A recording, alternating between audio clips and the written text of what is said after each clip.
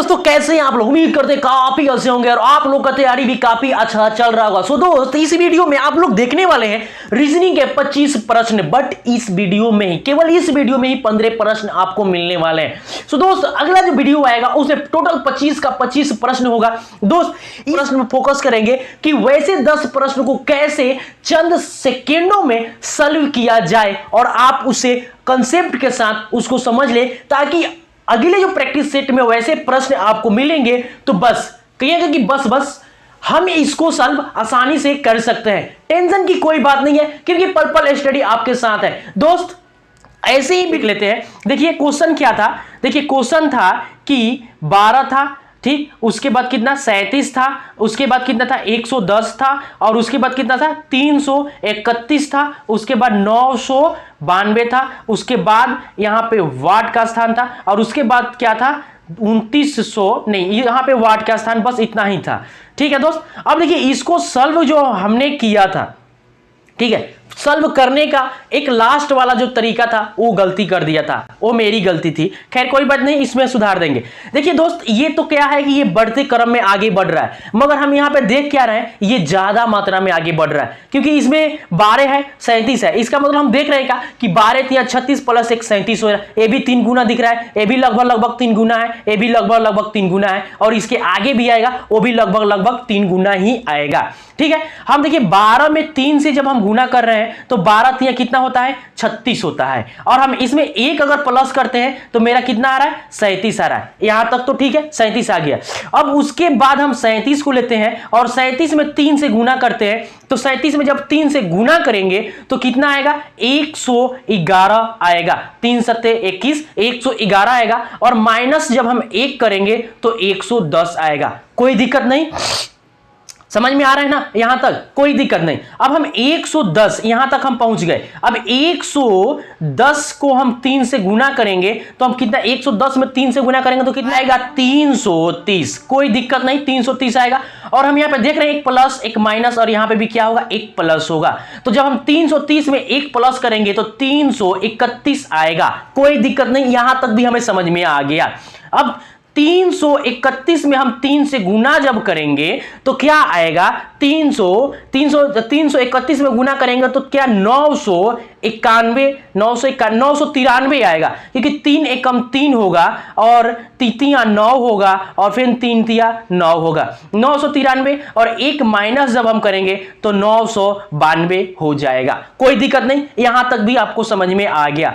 अब 992 में हम 3 से जब गुना करेंगे तो मेरे पास क्या आएगा, मेरे पास आएगा 2976। ठीक है, 2976 आएगा। देखिए 3 दूना 6 और 3 27 के साथ हासिल 2 होगा, और 3 9 27 और 27 2 29 होगा, तो 976 आ गया। और इसमें हम एक अंक प्लस करेंगे तो क्या आएगा यहाँ पे 2977 आएगा। 2977 आएगा। सो यहाँ पे आंसर कौन सा होगा, ऑप्शन तो इसमें था नहीं, बट वहां पे भी आंसर क्या आया था 2977 आएगा। सो दोस्त ऐसे प्रश्न को हम इस तरीका से सॉल्व कर सकते हैं। सो दोस्त चलिए अब जो हमारे पास स्क्रीन पर ये प्रश्न दिख रहा है इसको हम लोग सॉल्व कर लेते हैं।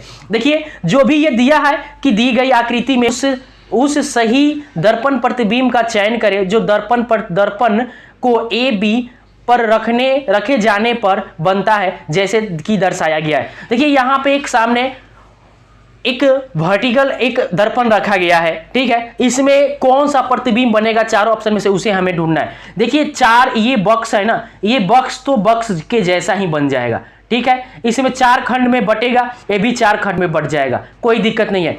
अब देखिए जब यहाँ पे त्रिभुज है तो ये पहले यहाँ पे त्रिभुज आ जाएगा, ये हमेशा ये ऐसा होगा क्योंकि ये पहले है, तो जब ये पलटे जब विपरीत बनेगा ना तो ये पहले ही बनेगा, और उसके बाद ये जो लाइन है इस लाइन का तो इसके जस्ट नीचे ऐसा का ऐसा ही बनेगा। ठीक है, अब ये जो बनेगा ये आ जाएगा, यहाँ पे वृत्त आ जाएगा क्योंकि वृत्त दर्पण में नहीं चेंज होता है। और ये जो त्रिभुज है इसका मुहवा इस तरफ है, बट इसमें जब आएगा तो ये क्या होगा पलट करके इस दिशा में हो जाएगा। सो दोस्त यहाँ पे जो आकृति दिख रहा है, क्या इसमें से कोई ऐसी आकृति दिख रहा है जो इसमें मिल रहा हो? सो यहाँ पे हम देख रहे हैं कि डी नंबर। सो दोस्त यहाँ पे क्या होगा, यहाँ पे डी, ऑप्शन डी आपका आंसर होगा। सो दोस्त चलिए चलते हैं अगले प्रश्न की तरफ।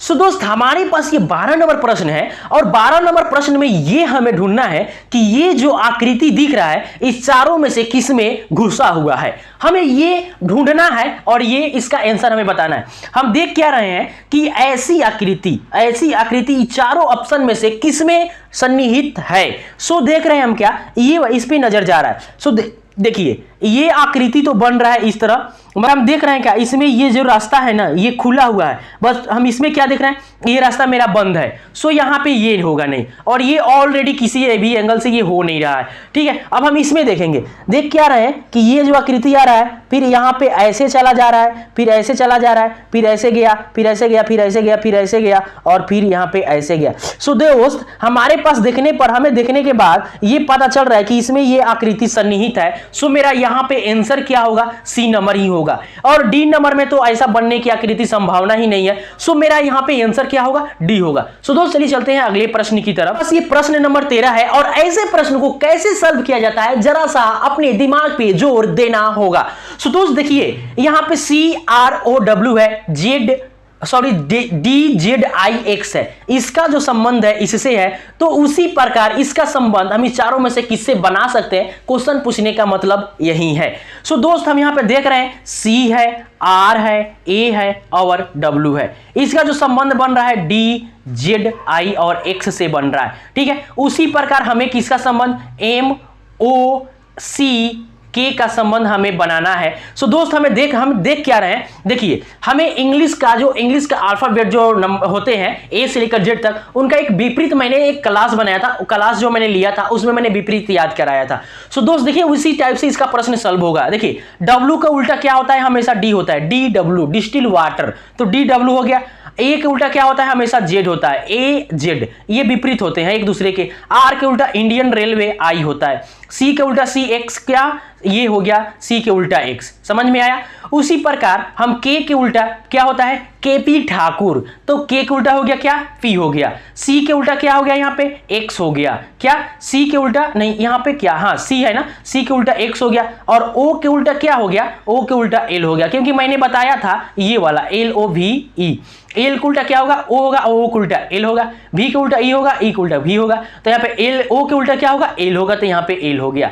एम के उल्टा क्या होता है, एम एन, तो यहाँ पे क्या हो जाएगा, एन हो जाएगा। सो दोस्त चार ऑप्शन में से क्या ये ऑप्शन क्या ये वाला जो है PXC, PX क्या हो गया, PX यहाँ पे ये क्या है, एल, PXL, क्योंकि O को उल्टा L होता है, PXLN किसी ऑप्शन में दिख रहा है क्या, PXLN, हाँ यहाँ पे है C नंबर।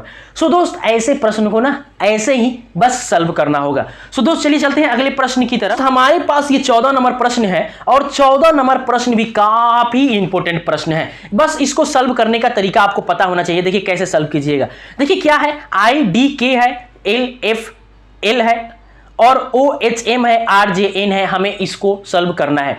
देखिए I है, I आता है 9 नंबर पे और L आता है कितने नंबर पे, L आता है 12 नंबर पे। तो देखिए हम I में L का, जैसे I कितना नंबर पे है, 9 नंबर पे है, L कितना नंबर पे है, 12 नंबर पे, इसमें कितना प्लस हुआ, 3 का प्लस देखने को मिला। 9 में 3 जोड़ेंगे तो 12 होगा। और यहाँ पे देखिए O 15 नंबर पे है, 12 में हम 3 जोड़ेंगे तो कितना आएगा, 15 आएगा। अब 15 में जब हम 3 जोड़ेंगे तो 18 आएगा, तो 18 नंबर पे क्या है, R है। अब 18 में हम 3 जोड़ेंगे तो 21 आएगा, तो U क्या होगा, मेरा 21 होगा। सो आप यहाँ पे ऑप्शन दे करके आप ठीक यहाँ पे C नंबर लगा सकते हैं, बट आपको समझना है ना। देखिए अब D और D के बाद क्या है, F है, D 4 नंबर पे है, F 6 नंबर पे 2 अंक का प्लस हुआ। अब F 6 नंबर पे है, H 8 नंबर पे है, 2 अंक का प्लस यहाँ पे भी देखने को मिला। अब H 8 नंबर पे है और J 10 नंबर पे है, क्या J 10 नंबर पे है, तो 2 अंक यहाँ पे प्लस देखने को मिला। अब J 10 नंबर में 10 में 2 जोड़ेंगे तो मेरा 12 होगा और 12 नंबर पे कौन आता है, L आता है। देखिए इंग्लिश का जो अल्फाबेट जितने होते हैं ना, ए से जे तक, उसका नंबरिंग अगर आपको याद होगा तो वैसे प्रश्नों को बस देखते देखते सॉल्व कर सकते हैं। और देखिए के यहाँ पे क्या है, जे के बाद एल आता है, एल के बाद एम आता है, एम के बाद एन आता है और एन के बाद क्या आता है, एन के बाद क्या आता है, ओ आता है। तो यहाँ पे क्या हो गया आपका ULO। सो यहाँ पे आंसर क्या होगा, सी नंबर। देखिए ऐसे प्रश्न को ना, सो दोस्त यहाँ पे हम देखते क्या है कि एक निश्चित कूट भाषा में क्या TAPE को ऐसे लिखा जाता है, अब फिर ऐसे को ऐसे लिखा जाता है, फिर ऐसे को ऐसे लिखा जाता है, तो इसमें ई का मतलब क्या होता है। सो दोस्त देखिए, ऐसे प्रश्न को ना सॉल्व करने के लिए ज्यादा सोचने की कोई जरूरत नहीं है। देखिए जो वर्ड का मतलब यहाँ पे दिया हुआ है, इसका जैसे मतलब यहाँ पे दिया हुआ है, इसका मतलब यहाँ पे दिया हुआ है, तो देखिए जो ये पूछता है ना, इसी इन्हीं वर्ड में से कोई ले लेता है और इसका मतलब पूछ देता है। देखिए यहाँ पे ई का मतलब पूछता है, देखिए ई का मतलब ई इसमें भी है और ई इसमें भी है, लास्ट में ई इसमें है, तो लास्ट में कौन सा है, 5 है, तो ई का यहाँ पे कोड 5 दे रखा है और इसमें भी कोड 5 ही देगा, तो यहाँ पे ई का कोड क्या हो जाएगा, 5 हो जाएगा। अगर आपसे पूछ देता कि टी पी और बी का मतलब क्या होगा, ठीक है, ई नहीं देता, ये दे देता, तो टी का मतलब यहाँ पे टी 1 नंबर पे है, तो इसमें भी क्या है, 4 है, तो यहाँ पे 4 हो जाएगा। पी कितना नंबर पे, पी नंबर पे है, इधर से हम देखते हैं कोड में 3 नंबर पे है, तो 3 नंबर पे क्या है, 2 है, तो यहाँ पे 2 हो जाएगा। और बी का मतलब क्या है, बी यहाँ पे लास्ट में 3 नंबर पे है, तो यहाँ पे 7 है, तो यहाँ पे भी 7 हो जाएगा। अब इसका कोड क्या होगा, ये होगा, बात है ना समझ में। और इसका आंसर क्या होगा, 15 नंबर का सी नंबर होगा। सो दोस्त चलिए चलते हैं अगले प्रश्न की तरफ। देखिए यहाँ पे हम 57 है और यहाँ पे 56 है और यहाँ पे 61 है, ठीक है। यहाँ पे जो वर्ड आएगा उससे हमें ढूंढना है। देखिए 57 से 1 अंक माइनस होकर 56 आ गया, क्या हम यहाँ पे 56 से 1 अंक माइनस करके क्या यहाँ पे 55 आ सकता है क्या? अगर 55 होगा तो आगे भी 1 अंक कम होना चाहिए। अब 55 में से हम 1 अंक माइनस करेंगे तो मेरा 54 आ रहा है, अर्थात ये सही है। अब यहाँ पे देख रहे, अब इसको जो वर्ड को हम देख रहे हैं क्या 59 है, 59 के बाद 60 आता है, 60 के बाद 61 आता है। सो अब मेरा कंफर्म हो गया कि यहाँ पे खाली जो स्थान है वहां पे 55 ही होगा। सो यहाँ पे आंसर क्या होगा, बी नंबर होगा। सो दोस्त चलिए चलते हैं आगे की तरफ और अगले क्वेश्चन की तरफ चलते हैं। था ना दोस्त कि हर एक प्रैक्टिस सेट में से 10 वैसे क्वेश्चन होगा कि जो हर किसी की बस की बात नहीं है सॉल्व कर लेना। लेकिन आप पल पल स्टडी चैनल के साथ जुड़े हैं, चैनल को सब्सक्राइब करके बेल आइकन दबा दीजिए ताकि जो भी वीडियो अपलोड हो उसका नोटिफिकेशन सबसे पहले आप तक पहुंचे। सो दोस्त देखिए ऐसे प्रश्न को कैसे सॉल्व कीजिएगा, सॉल्व करने का तरीका भी होना चाहिए कि कैसे हम ऐसे प्रश्न को चंद सेकेंडों में हम लोग सॉल्व कर लेंगे। सो दोस्त देखिए ऐसे प्रश्न को कैसे सॉल्व करना होगा। देखिए कथन पे हम डायरेक्ट चलते हैं, कथन पे ध्यान देते हैं। देखिए अक्षय की आय रजनीश से अधिक है, ठीक है, कोई बात नहीं है। अक्षय जो है, अक्षय की आय जो है रजनीश से अधिक है। किससे अधिक है, रजनीश से, रजनीश से अधिक है, कोई बात नहीं। अक्षय की आय रजनीश से अधिक है, जिसकी आय सेम से अधिक है। अब रजनीश के जो आय है किससे अधिक है, सेम से अधिक है। समझ में आए ना, अक्षय की आय रजनीश से अधिक है, अक्षय की आय रजनीश से अधिक है, जिसकी आय यानी रजनीश की आय सेम से अधिक है। समझ में आ गया यहां तक। अब अगला जो बोल रहा है सेम की आय दीक्षित से कम है। अच्छा तो दीक्षित की आय अधिक है सेम से, दीक्षित की जो आय है क्या, दीक्षित की जो आय है सेम से कम है, सेम से, सेम क्या बोल रहा है यहाँ पे, सेम की जो आय है दीक्षित से कम है। अब सेम की आय दीक्षित से कम है ना, समझ में आ गया। यहाँ पे दीक्षित की आय अधिक है, सेम की आय कम है। अब हम चलते हैं निष्कर्ष की तरफ। मेरे पास यहाँ पे 2 निष्कर्ष दे रखा है। अब बोल रहा है कि अक्षय की जो आय है सेम से अधिक है। देखिए अक्षय की जो आय है सेम से अधिक है या नहीं है, अधिक तो है यहाँ पे, क्योंकि इससे सेम से अधिक रजनीश की है और रजनीश से आय अधिक किसकी, अक्षय की है, तो अक्षय की आय सेम से अधिक है, यहाँ पे सही है। अब बोल रहा है कि दीक्षित की आय अक्षय से अधिक है। अब दीक्षित की जो आय है अक्षय से अधिक है, नहीं अक्षय से कम है, ठीक है, तो यहाँ पे ये क्या होगा, गलत हो जाएगा। सो दोस्त यहाँ पे जो आंसर होगा केवल अनुसरण एक करता है कथन, तो यहाँ पे आंसर क्या होगा, 1 हो जाएगा, केवल एक अनुसरण करता है। देखिए दोस्त ऐसे प्रश्न को ना ऐसे ही बस अपने दिमाग से सोच करके और इसको बस फास्टली तरीका से सॉल्व किया जाता है। सो दोस्त चलिए चलते हैं अगले प्रश्न की तरफ। हम देखते हैं क्या कि दिए गए समीकरण को संतुलन करने के लिए 2 संख्याओं को आपस में बदलना होगा। किन 2 संख्याओं को आपस में बदलना होगा, हमारे पास 4 ऑप्शन है, चारों में से किसी एक को हमको बदल करके देखना होगा। सो दोस्त हम देख रहे हैं कि 20/6 है, 20 में से 6 से तो भाग जाएगा नहीं, मगर ऐसे प्रश्न में हम डायरेक्ट चलते हैं भाग की तरफ। देखिए जिस संख्या से अगर भाग लग जाए उसे सॉल्व होना आसान हो जाता है। देखिए हम यहाँ पे देख रहे हैं क्या कि 5 और 6 को, ये तो अगर हम नहीं लेते हैं, अगर हम बी लेते हैं, 5 और 6 को आपस में बदल कर देखते हैं, इससे भाग लग सकता है। क्योंकि 20 और भागे हम लेते हैं कितना, 5 लेते हैं, क्योंकि 5 और 6 को हमें बदलना है, तो 5 की जगह 6 लाना होगा, 6 की जगह 5 लाना होगा। तो उसके बाद हम प्लस कितना करेंगे, 10 करेंगे और माइनस 6 करेंगे, क्योंकि 5 और 6 आपस में बदल गए हैं और गुणा में 2 करेंगे, बराबर हमें 2 आना चाहिए। हम अब देख रहे हैं सॉल्व करेंगे क्या कि 5 चौके 20 होता है और 20 में हम 10 को प्लस कर देंगे, सॉरी ये 5 चौके 20 4 आया, 4 और 10 को प्लस करेंगे तो मेरा 14 हो जाएगा माइनस में, और ये कितना हो गया 6 दूना 12, 6 दूना कितना हो गया 12, क्या 12। अब देखिए हम दोनों को 14 में से, ओहो ये 12 होगा ना, 6 में 2 से गुना करेंगे तो 12 होगा, 14 में से जब हम 12 को माइनस करेंगे तो मेरे पास क्या आएगा 2 आएगा। सो यहाँ पे आंसर मेरा क्या होगा 6 होगा। ये अगर हम सॉल्व करेंगे तो इससे आंसर नहीं आएगा, ना ही मेरा इससे आंसर आएगा, यहाँ पे सॉल्व के यहाँ पे आंसर क्या होगा बी नंबर होगा। सो दोस्त चलिए चलते हैं अगले। देखिए ऐसे प्रश्न को ना, देखिए ये 19 नंबर प्रश्न है और ये प्रश्न थोड़ा सा देखिए इसमें है कुछ नहीं बट थोड़ा सा आपका दिमाग इधर का उधर कर देता है ऐसे प्रश्न को सॉल्व करने में, लेकिन टेंशन की कोई बात नहीं है। आप तुरंत क्या कीजिएगा, ये वाले संख्या को आप लिख लीजिएगा इस तरीका से। ऐसे प्रश्न को ना सॉल्व करने के लिए पहले इस रूप में आप लिख लेना होगा आपको। उसके बाद देखिए यहां पे बोला है कि उसी कूट भाषा में, यानी ये जो सारे वर्ड लिखे हुए हैं उसको हम शॉर्ट में ऐसे लिख सकते हैं। ये सारे जो वर्ड लिखे हैं उसको शॉर्ट में हम ऐसे लिख सकते हैं। ये जो समीकरण 3 अगर मान लेते हैं इसको शॉर्ट में हम ऐसे लिख सकते हैं। तो इसी को हम शॉर्ट में वेल और साउंड को कैसे लिखेंगे ये हमें पता करना है। हम देख रहे हैं BELL किन दो समीकरण में लिखा हुआ है, पहले हमें इससे ढूंढना होगा। तो BELL हम समीकरण 2 में देख रहे हैं और BELL समीकरण हम इसमें 3 में देख रहे हैं। अब इन दोनों में अगर मिल गया तो हम देख रहे हैं कुट जो वर्ड लिखी, ये कुट भाषा जो है इन क्या इसमें 2 अंक कॉमन मिले, कोई 2 कॉमन मिल रहा है क्या? हम देख क्या रहे हैं हैच, ये हैच इसमें मिल रहा है और ये वाला सिंबल इसमें मिल रहा है, बेल और बेल मिल रहा है, बेल और बेल मिल रहा है, इसमें हैच और हैच मिल रहा है। तो यहां पे बेल का जो सिंबल हो जाएगा ये हो जाएगा। उसके बाद हमें ढूंढना है साउंड का। तो साउंड अब देखेंगे कि किन 2 समीकरण में साउंड मिल रहा है, अब उसका जो कुट है उसी 2 समीकरण में मिलना चाहिए।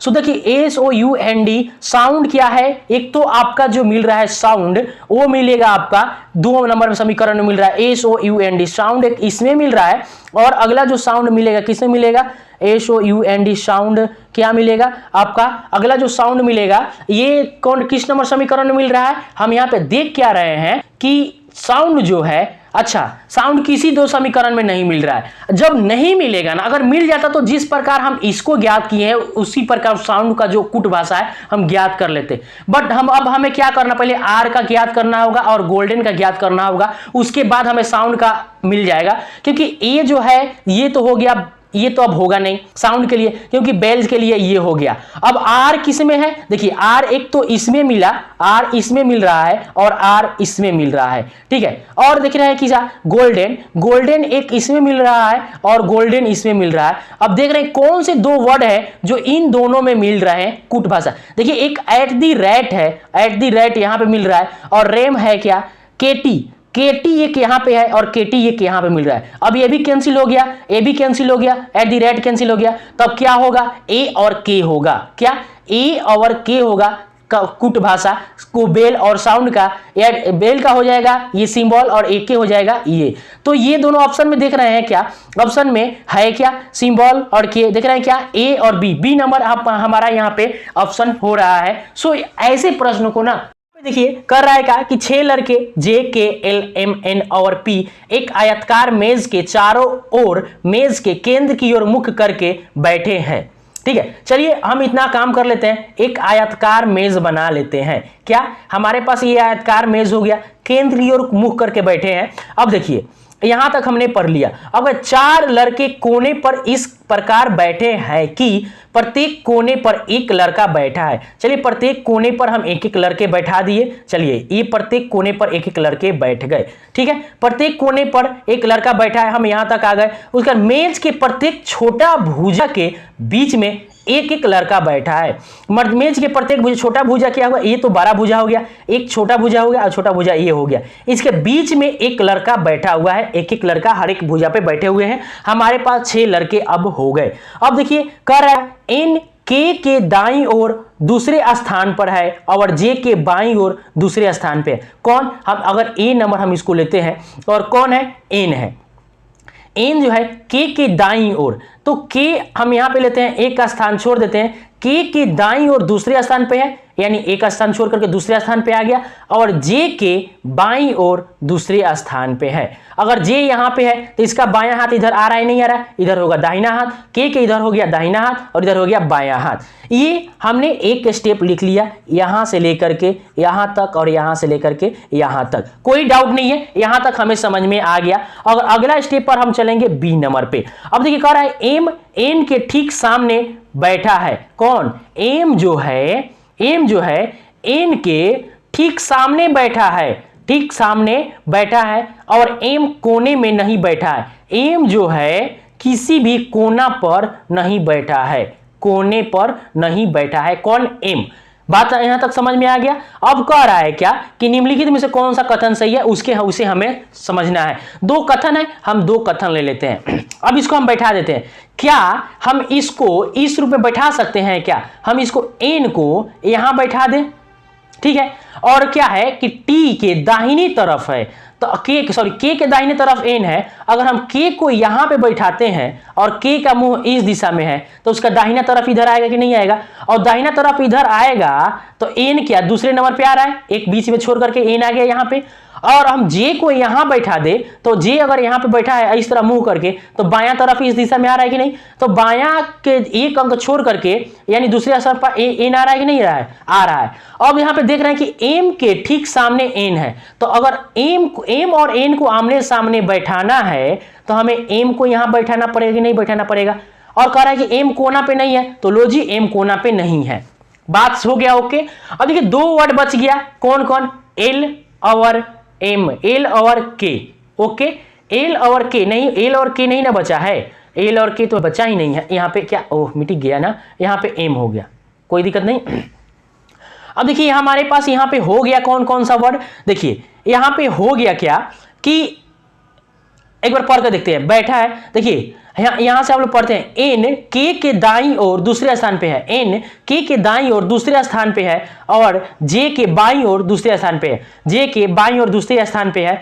एम एन के ठीक सामने बैठा है, एम जो है एन के ठीक सामने बैठा है, और एम किसी कोने पर नहीं है, एम किसी भी कोना पे नहीं है। अब दो कथन को हम देखते हैं। कह रहा है कि एल और पी दोनों एन के बगल में बैठे हैं। देखिए कौन कौन? एल और पी। हमारे पास दो वर्ड है, एल और पी है। देखिए दो स्थान खाली है, ठीक है।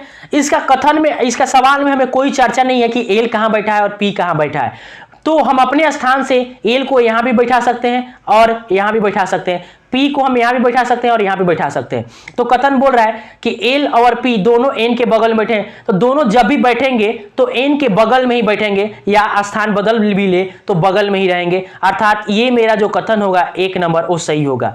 अगला जो बोल रहा है कि एल के विकर्ण सामने बैठा है, के जो है एल जो है के एल के विकर्ण सामने बैठा है। देखिए इस कंडीशन में सामने तो आ रहा है, लेकिन अगर P को हम यहां बैठा दे, एल को यहां बैठा दे, तो ये विकर्ण के रूप में के सामने नहीं आएगा।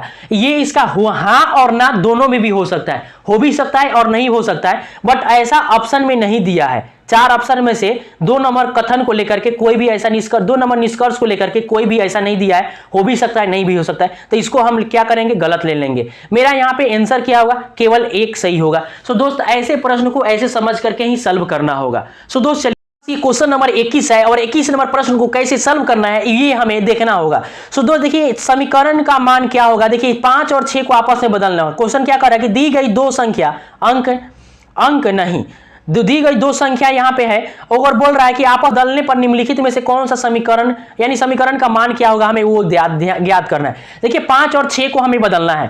देखिए 6 की जगह हमें 5 करना है और 5 की जगह हमें 6 करना है। सो दोस्तों देखिए हमें 6 की जगह 5 करना था, हम 5 लेते हैं यहाँ पे, गुने 12 करते हैं, -4 करते हैं, और 5 की जगह क्या होगा? 6 होगा, -1 होगा। 12 5 कितना हो जाएगा? 60 हो जाएगा। 60 और -4 है, और फिर यहाँ पे क्या प्लस है ना, +6 है और -1 है। हम ये -1 है और -4 है तो दोनों, और ये +6 है तो प्लस और प्लस को हम जोड़ेंगे तो 6 और 60 कितना हो जाएगा, 66 हो जाएगा। और माइनस को जोड़ेंगे तो -4 और -1 कितना हो जाएगा, -5 हो जाएगा। तो अब 66 में से -5 करेंगे तो कितना आएगा, 61 आएगा। सो मेरा यहाँ पे आंसर क्या होगा, डी नंबर होगा। देखिए दोस्त, ऐसे प्रश्न को चंद सेकंडों में ऐसे ही सॉल्व किया जाता है। देखिए अगला जो क्वेश्चन है वो कैसा है दोस्त, हमारे पास ये 22 नंबर जो प्रश्न है इसको देखिए कैसे, टी और भी अनुपात एम और ओ दिया है, उसके बाद समानुपात जी और आर का मतलब क्या होगा वो हमें ढूंढना है। ये दो तरीका दे दिया है बना करके और इसी तरीका से इसको सॉल्व करना है। हम देखते हैं क्या है, टी है, भी है, अनुपात एम है और ओ है। टी कितना नंबर पे आता है दोस्त, 22 नंबर पे। एम कितना नंबर पे आता है, 13 नंबर पे। क्या 20 में से हम 13 माइनस करेंगे तो क्या, सॉरी 20 में से हम 7 माइनस करेंगे तो 13 आएगा कि नहीं आएगा, आएगा। उसी प्रकार भी जो आता है कितने नंबर पे आता है बताइए, बताइए भी कितने नंबर पे आता है, आपको नहीं पता है ना, कैसे पता होगा, आप ना जाकर के, मैंने वीडियो बना रखा है, क्लास ले रखा है इंग्लिश वर्णमाला का, उसमें जा करके आप ना ये वर्ड याद कर लीजिए कि नंबरिंग, सीटिंग अरेंजमेंट, मतलब उसका कितने नंबर पे है। जैसे बी कितने नंबर पे है, 2 नंबर पे है। टी भाई 20 नंबर पे है। भी कितने नंबर पे है, 22 नंबर पे है।